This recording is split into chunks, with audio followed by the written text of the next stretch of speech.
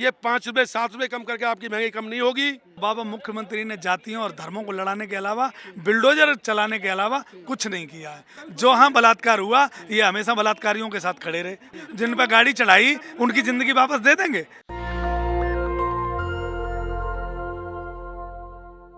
Ghazipur border पर हम हैं इस समय और कृषि बिल वापस हो गया है। प्रधानमंत्री नरेंद्र मोदी ने पूरे देश से क्षमा मांगते हुए कहा है कि मैं इस कृषि बिल को वापस ले रहा हूँ। पहली बार सुनने को मिल रहा है भाई, प्रधानमंत्री भी क्षमा मांग रहे हैं आप लोगों से। देखिए साहब, प्रधानमंत्री हैं, उनका बहुत बहुत शुक्रिया और दिल से तहे दिल से उनका शुक्रिया अदा करते हैं जैसे कि प्रधानमंत्री हैं। लेकिन इस बात पे भरोसा किया ही नहीं जा सकता कि बिल वापसी हो गया। संसद में बिल पास हुआ है, पिछले दरवाजे से पास हुआ है, राष्ट्रपति महोदय से उनका दस्तखत हो गए हैं। ये भी बिल जब आएगा, सत्र आएगा, उसमें ही वापस होगा, उसके बाद नहीं है। तो अब तक जुमले ही बाजी सरकार कहा जाएगा। इनको स्टैंड दिख रहा है 2022 2024 इलेक्शन का। इन्होंने देखा उपचुनाव में क्या हुआ, तो माफ़ी मांगने में ही है। प्रधानमंत्री मतरोजी जी, आपसे गुजारिश है हाथ जोड़ करके इस देश की जनता का भला कीजिए, महंगाई को कम कीजिए। ये 5 रुपए 7 रुपए कम करके आपकी महंगाई कम नहीं होगी। और कितना और महंगाई होगी? भरोसा नहीं है क्या आप लोग? भरोसा वाली बात ही नहीं है साहब। 100 स्मार्ट सिटी कहाँ है, आप ये बताइए। इसमें तो है ही वही साल, वही सब वही है सर। इलेक्शन की चाल है। चाल है। देखो, प्रधानमंत्री जी ने ये साबित कर दिया है कि वो 24 घंटे चुनाव के मूड में रहते हैं। ये प्रधानमंत्री जी की पार्टी भी कहती है। प्रधानमंत्री जी को लगता है कि उत्तर प्रदेश सहित कई राज्यों में चुनाव हैं। हो सकता है चुनाव के लिए किया, क्या बात कर रहे हैं? चुनाव भी स्टैंड भी हो सकता है। नहीं तो आप मुझे बता दो कि टीवी पे कानून बने थे क्या? नहीं, कानून पार्लियामेंट में बने थे। प्रधानमंत्री जी को मीटिंग करनी चाहिए थी। जो मीटिंग जारी थी, हमारी 11 दौर की मीटिंग हुई थी, उस पर चर्चा करनी चाहिए थी और उसी माध्यम से कानून वापस। बात बताइए, आप लोग इस पूरे आंदोलन में आप लोगों के मुसलमान बढ़ चढ़ के हिस्सा लिए, दलित बढ़ चढ़ के हिस्सा लिए, आदिवासी बढ़ चढ़ के हिस्सा लिए, महिलाएं बढ़ चढ़ के हिस्सा ली और छात्र भी बढ़ चढ़ के हिस्सा लिए। तो क्या अब जैसे मुसलमान पिछली बार सीए का आंदोलन कर रहे थे तो अकेले मुसलमान कर रहे थे, आप लोग अब अगर मुसलमानों के साथ कोई समस्या आती है, आंदोलन करेंगे तो आप लोग खड़े रहेंगे? देखो, अभी आपके साथ बिल्कुल ठीक बात कहा है आपने। भारतीय जनता पार्टी ने हमारे देश को बांटने का काम किया था। ये हम लोगों से बहुत बड़ी गलती हुई कि हम नहीं समझ पाए। भारतीय जनता पार्टी पहले धर्मों में बांटती रही, फिर जातियों में बांटने की बात की।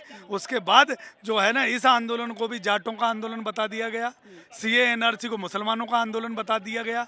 जो समस्याएं लेके लोग सड़कों पर उतरते हैं कि ये टीचरों का आंदोलन है, ये बिजली वालों का आंदोलन है, इस तरीके से देश को बांटा गया। ये अब जो किसान का जो संयुक्त मोर्चा और जो किसान आंदोलन हुआ है, इसने जाति और धर्म खत्म कर दिए हैं। हम एक कदम आगे बढ़ चुके हैं। अब कभी भी कोई समस्या अगर किसी धर्म, साफ तौर पे अगर बातचीत की जाए एकदम साफ शब्दों में बिना घुमाए फिरे, तो मेन बात यही है कि बीजेपी के टारगेट पे मुसलमान है।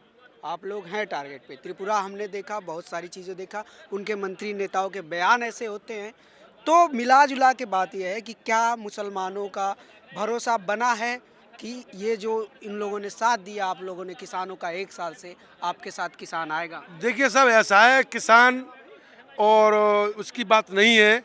ये देश एक रहा है और एक रहेगा और यही हम उम्मीद नहीं करते। हमारा पूरा विश्वास है देश एकता ही बनी रहेगी, अखंडता ही रहेगी। मुसलमानों के साथ आएंगे किसान? जो देखिए, मेरी बात सुनिए, बात मुसलमानों की नहीं है। किसान के अंदर कौन सा वर्ग आपको अछूता रहता है, आप बताइए। किसान से अछूता वर्ग कौन सा रहता है, वो मुझे बता दीजिए। कोई छुआ नहीं है ना? फिर तो ये देश एक और एक रहेगा। इसको तोड़ने की बहुत कोशिश की और की जा रही है। जब भी इलेक्शन आते हैं, हिंदू मुसलमान होता है, सीट जीतो, दंगे करवाओ। आप देखो ना, उत्तर प्रदेश में देखो, त्रिपुरा में देखो, जो पत्रकार गए उन पर यूपीए लगा दिया। क्या है देश की कानून व्यवस्था? यही है क्या? गृह मंत्री देखते क्या है? उनका मंत्रालय देख क्या रहा है? यही देख रहा है ना। जब ये संवैधानिक कसम लेते हैं, आपने देखा है, तो कसम लेते भाई मैं सबको एक नज़र से आप लोग सबके लिए न्याय करूंगा, मैं किसी के साथ देशभाव नहीं करूंगा। तो फिर ऐसा क्यों है? तो ये करते रहो। आप लोग थैंक यू मोदी जी बोलेंगे? थैंक यू जब बोलेंगे, जब ये लिखित में जैसे इन्होंने पास किया है, लिखित में वापस देंगे। वोट देंगे अब भाजपा? देखिए, वोट का सवाल तो एक वोट का वक्त आएगा, अभी कोई कह नहीं सकता।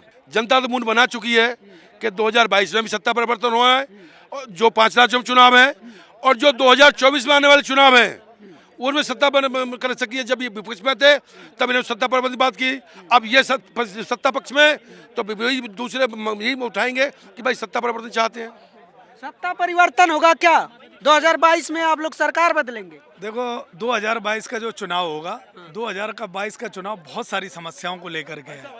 22 अगर चुनाव की बात करोगे तो बलात्कार हुए, देश में विकास नहीं हुआ, उत्तर प्रदेश में बेटियों के साथ जो अभद्रता हुई, वो बहुत सारी चीज़ों को देखा जाएगा। और बाबा मुख्यमंत्री ने जातियों और धर्मों को लड़ाने के अलावा, बिल्डोजर चलाने के अलावा कुछ नहीं किया है, तो वो चुनाव का मसला अलग रहेगा। फिलहाल कानून इस बिल से चुनाव पे कोई फर्क नहीं पड़ने वाला है, चुनाव पर कोई फर्क नहीं पड़ेगा। किसान की बातें, किसान के जो मामले हैं वो जैसे के तैसे ही रहेंगे, क्योंकि बिल बात जो हमें एक बात बताओ, ये कानून नहीं मांगी थी ना मैंने, मोदी जी ने दी, क्या इसी वजह से दी थी कि यूपी का चुनाव आएगा तो वापस कर लेंगे हम? ये ऐसे नहीं होता। आप हमें दर्द दो और फिर जब चुनाव आ जाए फिर उसे दर्द को आयोडेक्स लगा दो उसमें, ऐसे नहीं होता। ये मुद्दे चुनाव के अलग हैं, कानून वापसी का मुद्दा अलग है। हाँ, ये जरूर था अगर कानून वापसी इन्होंने नहीं ली तो इनका हेलीकॉप्टर नहीं उतरेगा उत्तर प्रदेश की धरती पे। अब करने देंगे आप लोग? अब ये है कि कानून वापसी ले लेंगे तो वोट मांगो, अपने वोट मांगने का सबका अधिकार है भाई, वोट मांगो। लेकिन देंगे नहीं आप लोग? वोट नहीं देंगे, वोट क्योंकि वोट के लिए इन्होंने काम क्या किया उत्तर प्रदेश में, काम बताना पड़ेगा ना। आपने क्या किया उत्तर प्रदेश में? उत्तर प्रदेश को बर्बाद करने के अलावा या उत्तर प्रदेश को गलत दिशा में ले जाने के अलावा आप बताओ। मेहर भोज जी की मूर्ति, पूर्वांचल एक्सप्रेस बनवा दिया सर। पूर्वांचल एक्सप्रेस में इनका कुछ भी नहीं है। पूर्वांचल एक्सप्रेस 66,000 किलोमीटर, 6600 करोड़ का जो बना है, 66 प्रति किलोमीटर, 66 करोड़ रुपए, 38 करोड़ रुपए प्रति किलोमीटर का अखिलेश जी ने बनाया। सर्विस रोड इनने नहीं बनाई, अखिलेश जी की देन है, अखिलेश जी का विजन था, अखिलेश जी की सोच थी। ये अच्छा हुआ इन्होंने कि उसे काटा नहीं, अगर काटते तो ये मुझे लगता है कि पूर्वांचल में घुस नहीं पाते। क्या मतलब योगी जी के पास विजन नहीं है? कोई विजन नहीं है। मुझे बताओ क्या विजन है? बेटी पढ़ाओ बेटी बचाओ। जो हाँ बलात्कार हुआ, ये हमेशा बलात्कारियों के साथ खड़े रहे। मुझे बताओ कौन सी, चाहे आप हाथरस की घटना कर लो, आप उन्नाव की घटना की बात कर लो, बागपत के घटना की बात कर लो, मैनपुरी के घटना की बात कर लो, आजमगढ़ की घटना की बात कर लो। उत्तर प्रदेश में जहाँ बलात्कार हुए ये बलात्कारियों के साथ खड़े रहे। पुलवामा अटैक हुआ, पुलवामा के अटैक करने वालों के साथ पाकिस्तान के और देवेंद्र सिंह के साथ खड़े रहे। साहब कहाँ हो आप?